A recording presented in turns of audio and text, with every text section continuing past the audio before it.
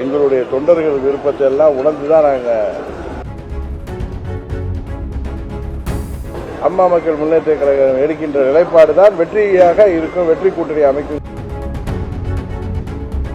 அடுத்த கட்டத்துக்கு கொண்டு செல்கிற கடமை எங்கள் தொண்டர்களுக்கு எங்களுக்கு இருக்கு. அண்ணன் செங்கோட்டையன் அவர்களே எனக்கு 87 நல்லா தெரியும். அது மக்களால் பேசப்படுகின்ற ஒரு புதிய கட்சியில தனக்கு அங்கீகாரம் கிடைச்சிருப்பது அவர் பெருமையா நினைக்கிறதா தான் நான் பார்க்கிறேன். பேச்சுவார்த்தை வெளியே வந்ததுக்கு அப்புறமேலே சமூக வலைதளங்கள்ல அம்மா மக்கள் தொண்டர்கள்லாம் விஜய்க்கு ஆதரவான அந்த கருத்துக்களை தெரிவிக்கிறாங்க. தொண்டர்கள் வழியில அமமுக எங்களுடைய தொண்டர்கள் விருப்பத்தை எல்லாம் உணர்ந்துதான் நாங்க எல்லா முடிவு எடுப்போம். ஏன்னா எங்களை வழி நடத்துவதே எங்கள் தொண்டர்கள் தான். இத்தனை சோதனைகளுக்கு அப்புறமும் இன்னைக்கு நீங்க எல்லாம் எங்களை அமமுக கேள்வி கேட்கிறீங்கன்னா அதற்கு காரணம் இந்த தேர்தலில் அம்மா மக்கள் முன்னேற்ற கழகத்தின்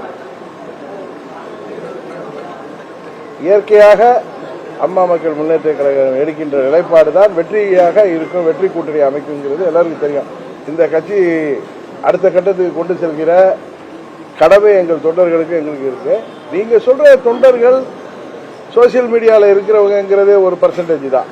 ஒட்டுமொத்த தொண்டர்கள் மனநிலையை எங்க நிர்வாகிகள் மூலம் நான் தெரிந்து கொண்டு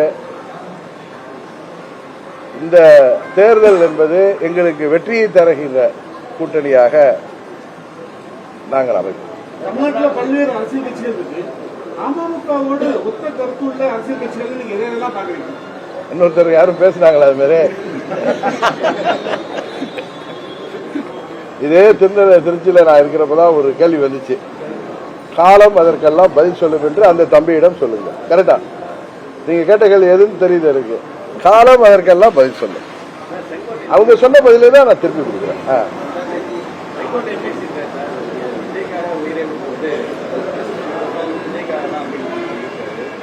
ஏன்னா நீங்க எப்படி பாக்குறீங்களா நான் எப்படி பாக்குறேன்னா அண்ணன் செங்கோட்டையன் அவர்களே எனக்கு 87 நல்லா தெரியும். அவர் புரட்சி தலைவரிடமோ அம்மா அவர்களிடமோ குறிப்பா அம்மா அவர்கள் காலத்தில் அந்த 29 ஆண்டுகள்ல எத்தனையோ ஏற்றத்தாழ்வுகளிலும் விசுவாசமிக்க தொண்டராக இருக்கிறார்.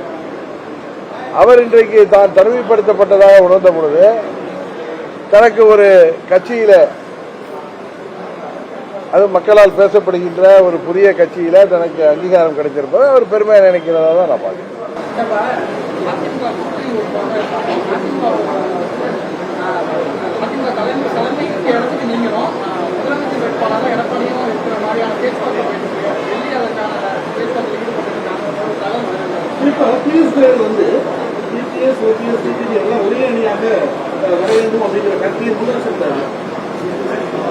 எனக்கு நீங்க சொல்லிதான் அந்த தகவல்லாம். நான் வதந்திகள் தகவல்கள் அடிப்படையில் தான் நான் எதையும் ஊர்ஜிதப்படுத்தாம எதுக்கும் பதில் சொல்ல மாட்டேன், எதையும் எடுத்துக்க மாட்டேன். எனக்கு அது நீங்க சொல்றதுதான். அந்த தகவலுக்கெல்லாம் நான் பதில் சொல்ல விரும்பவில்லை.